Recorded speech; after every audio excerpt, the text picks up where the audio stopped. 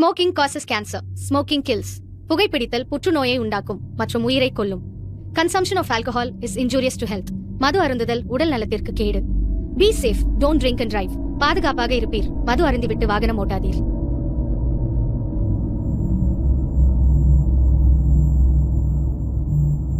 Hi hello guys, welcome back to channel. நான் உங்கள் AJ.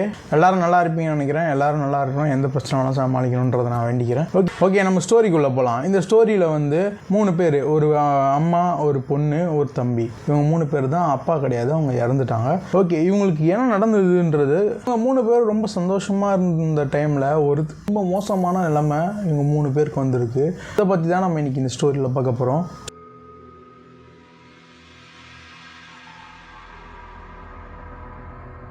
ஸ்டோரிக்குள்ளே போகிறதுக்கு முன்னாடி அவங்க அம்மாவும் ஒர்க் பண்ணிகிட்ருக்காங்க, அவங்க அக்காவும் அந்த பொண்ணும் ஒர்க் பண்ணிகிட்ருக்காங்க, ஒரு தம்பி படிச்சுட்ருக்கான்.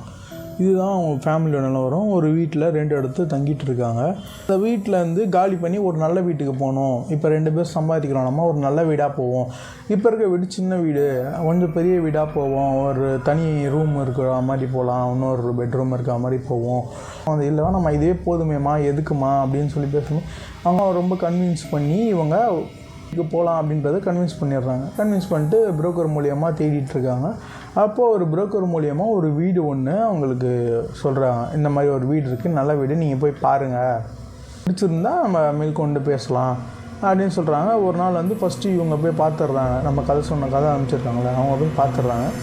பார்த்துட்டு அவங்களுக்கு ரொம்ப வீடு பிடிச்சி போயிடுது. 2 பெட்ரூமு ப்ளஸ் ஒரு பெட்ரூமில் அட்டாச் பாத்ரூமோடு இருக்குது. கொஞ்சம் ஆள் பெருசாகவும் இருக்க விட கொஞ்சம் நல்லாவே இருக்குது. அப்படியே இவங்களுக்கு ரொம்ப பிடிச்சி போய் என்ன பண்ணுறாங்க, வீட்டுக்கு அவங்க அம்மாட்ட சொல்கிறாங்க, இந்த மாதிரி அம்மா பார்த்துட்டேன், வீடு சூப்பராக இருக்குது, நீயும் தம்பியும் ஒரு வாட்டி போய் பார்த்துருங்க, நானும் வரேன், போவோம், போய் பார்க்கலாம் அப்படின்னு சொல்கிறாங்க. சரிம்மா போவோம். அவங்க 2 பேரையும் கூப்பிட்டுட்டு இவங்க அந்த வீடு பார்க்குறதுக்கு வராங்க.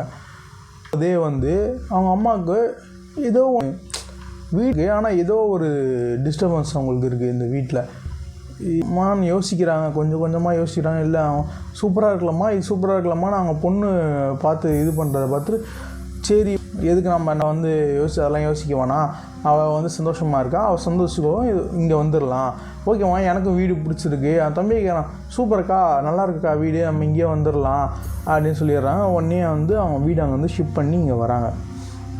வந்துட்டு இருக்கும்போது டோர் ஓப்பனி உள்ள பொருள்லாம் எடுத்துகிட்டு போகிறாங்க. விடிய காலையிலேயே பால் காசணும், 4 மணிக்கெலாம் பால் காசணும்.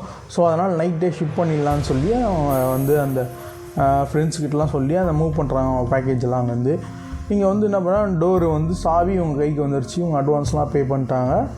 போயிட்டு ஓப்பன் பண்ணுறாங்க. ஓப்பன் பண்ணி உள்ளே இருக்கும்போது உள்ளே 2 பெட்ரூம் இருக்குங்களே, அதில் ஒரு அட்டாச் பாத்ரூமோட ஒரு பெட்ரூம் இருக்குது. அந்த பெட்ரூம் ஓப்பன் பண்ணால் உள்ளே ஒரு பேர்ட் ஸ்மெல் வருது அப்படின்னு சொல்லி பார்த்துட்டாங்க. சரி ஏதோ எலி செத்து இருக்கும் போல் அப்படின்னு நினச்சி விட்டுறாங்க. டோர் ஓப்பன் பண்ணி விடாங்க. உள்ளே போய் அந்த ஸ்மெல்லு ஹெவியாக இருக்குது, எங்கே இருக்குது அந்த எலி எங்கன்னா தான் க்ளீன் பண்ணிடலாம் சொல்லி தேடிகிட்டே இருக்கும்போது பறந்த மேலேருந்து அந்த ஸ்மெல்லு வர மாதிரி தோணுது. அந்த சைட்லேருந்து இவங்க என்ன பண்ணுறாங்க, கீழே ஒரு டேபிள் போட்டு மேலே ஏறி எட்டி பார்க்குறாங்க. மேலே ஒரு பூனை செத்து கிடக்குது. ஆனால் அவங்க அன்றைக்கி பார்க்கும்போது அந்த பேர்ட் ஸ்மெல்ல, அதுக்கு முன்னாடியே அந்த ஸ்மெல் எதுவும் வரல. உள்ளே பூனை வரத்துலையும் இல்லை, டோர் எல்லாமே லாக்கில் இருக்குது. இந்த பூனை எப்படி இங்கே வந்தது என்னன்னே புரியல அப்படின்னு சொல்லி யோசிச்சுனே இருக்கும்போது, சரி இதெல்லாம் யோசிக்க வேணாம்னு சொல்லி அவங்க ஃப்ரெண்ட்ஸ்கிட்ட சொல்லி அதை அங்கேருந்து ரிமூவ் பண்ணிட்டு க்ளீன் பண்ணிடுறாங்க. அதுவும் அந்த பூனை இது எப்படி செத்து கிடந்ததுன்னா, மண்டை பாதி மண்டை ஏதோ அடித்து ஏதோ கல் வச்சு குத்தி அந்த ஒரு மாதிரி டொக்கு வாங்கின மாதிரி ரத்தம் ஒரு பூனையோட, அந்த பூனையோட மூஞ்சில் ஒரு சைடு ஃபுல்லாக ரத்தம், ஒரு சைடு நார்மலாக இருக்குது. அந்த மாதிரி செத்து கிடந்துருக்கு. ரிமூவ் பண்ணி தூக்கி போட்டுடுறாங்க.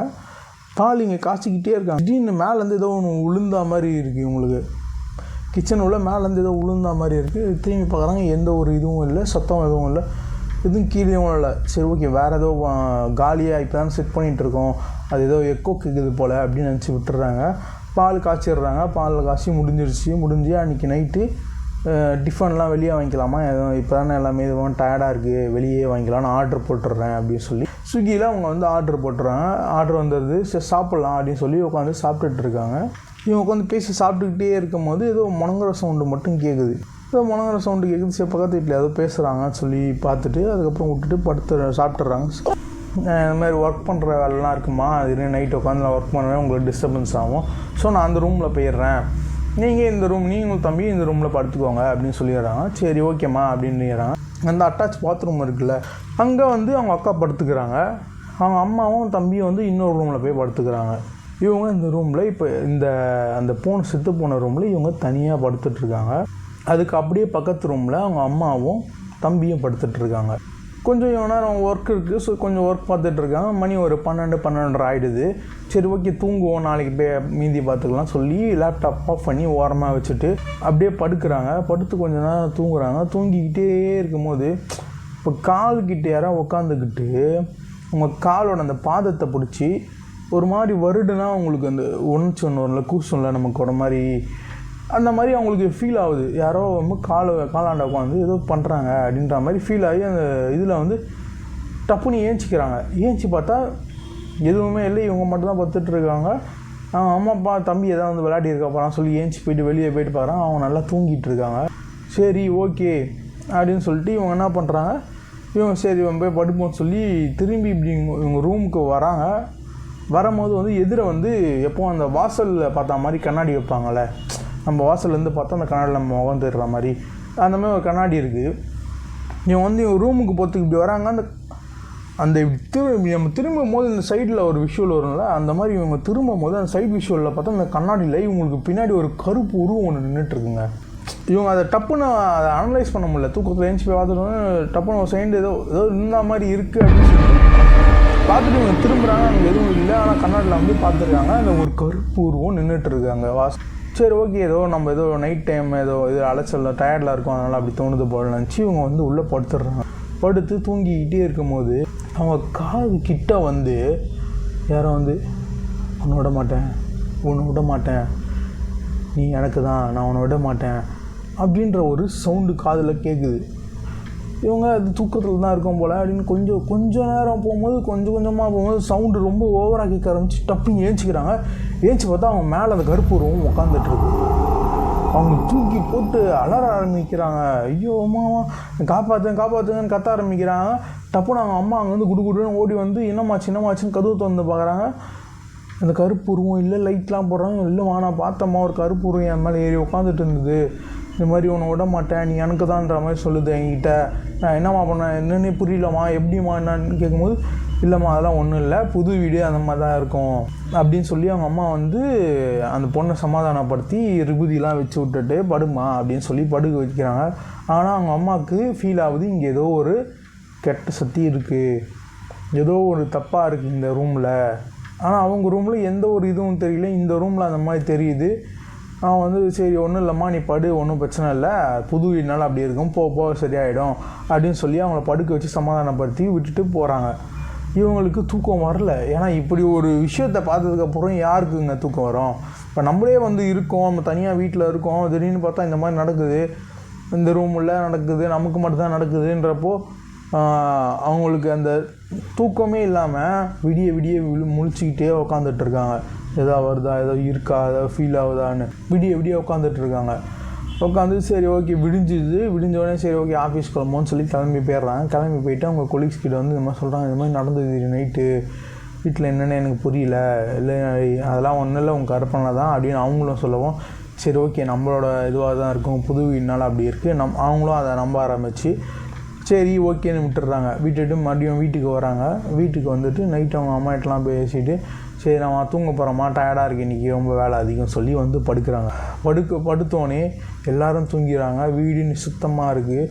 அவங்க அம்மா பையன் தம்பி எல்லாருமே தூங்கிடுறாங்க. இவங்களும் தூங்கிடுறாங்க.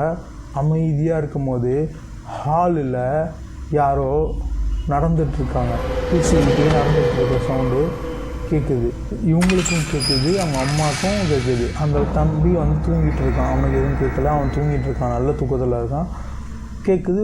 அவங்க அம்மா நினச்சிக்கிறாங்க இவ தான் ஏதோ ஃபோன் பேசிகிட்டு இருக்கா போல், வெளியே நடந்துகிட்டே பேசிகிட்டு இருக்கா போல் வேலை விஷயமா சொல்லி நினச்சி அவங்க சைலண்ட்டாக இருக்காங்க.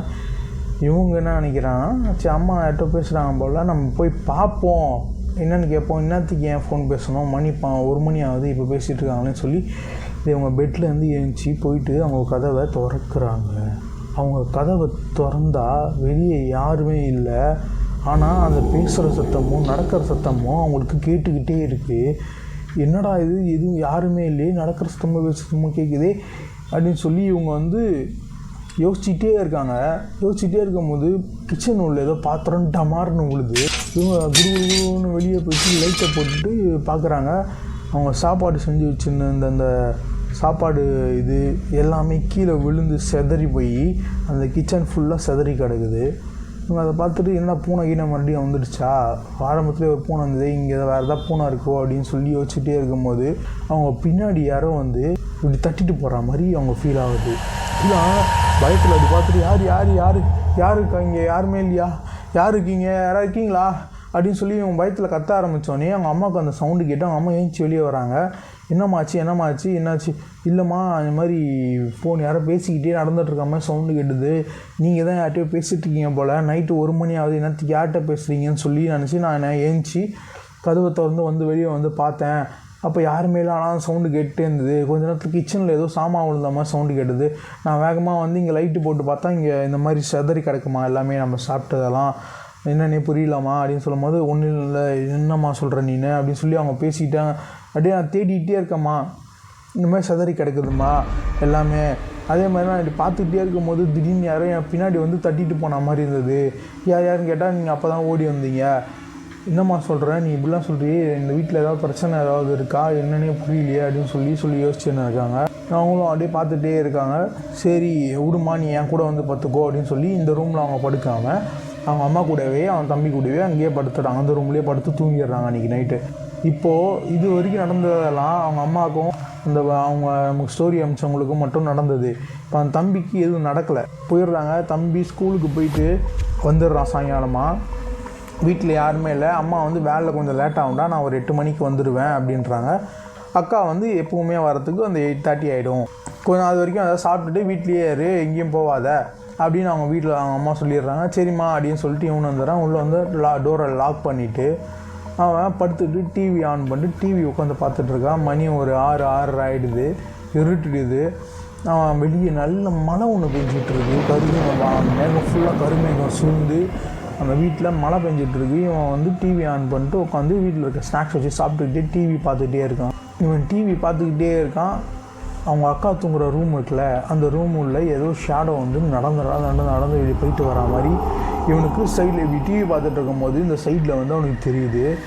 இவன் வந்து அதை நோட்டீஸ் பண்ணிடுறான். நோட்டீஸ் பண்ணிட்டு என்னடா இது ஏதோ ஒருவேளை அந்த காற்று அடிச்சுக்கிட்டே மழை பெஞ்சிட்டு இருக்குனால ஏதோ ஸ்க்ரீன் ஆடுதா அப்படின்னு சொல்லி ஒரு செகண்ட் அப்படியே இப்படி திரும்பி அந்த ரூம் வாசல்லையே பார்க்குறான். அந்த டோரு ஆஃபில் க்ளோஸில் இருக்குது.